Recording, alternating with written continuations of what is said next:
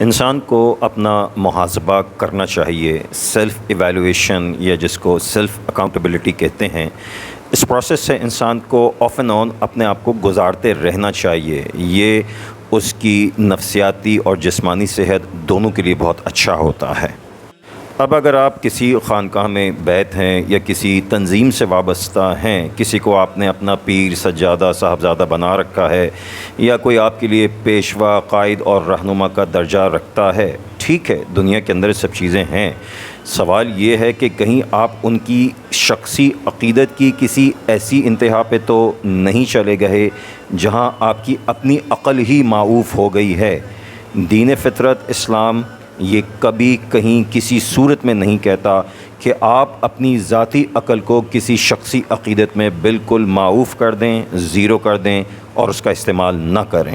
سوال یہ ہے کہ آپ کیسے اپنے آپ کو پرکھیں، کیسے سیلف ایویلویٹ کریں کہ آپ بھی تو کہیں کسی کی شخصی عقیدت کی انتہا پہ نہیں چلے گئے کہ دن کو دن اور رات کو رات سمجھنا ہی چھوڑ دیا۔ اس کی ایک بنیادی علامت یہ ہے کہ آپ کے اندر یہ ہمت نہ ہو کہ آپ سامنے والے سے سوال کر سکیں۔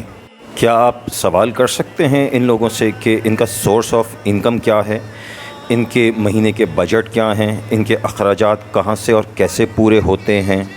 یقین مانیں یہ سوال کسی بے ادبی اور گستاخی کے زمرے میں نہیں آتا، کیونکہ میں نے جب تاریخ پڑھی تو حبیب کریم حضور اکرم صلی اللہ علیہ وآلہ وسلم نے اپنی امت کی تربیت اسی طرح ہی فرمائی تھی کہ ایک بوڑھی عورت نے حضرت عمر فاروق رضی اللہ تعالیٰ عنہ کے زمانے میں ان سے برملا کھلے مجمع میں کھڑے ہو کے سوال کر لیا تھا کہ اے عمر، یہ کرتا آپ نے کیسے بنوایا؟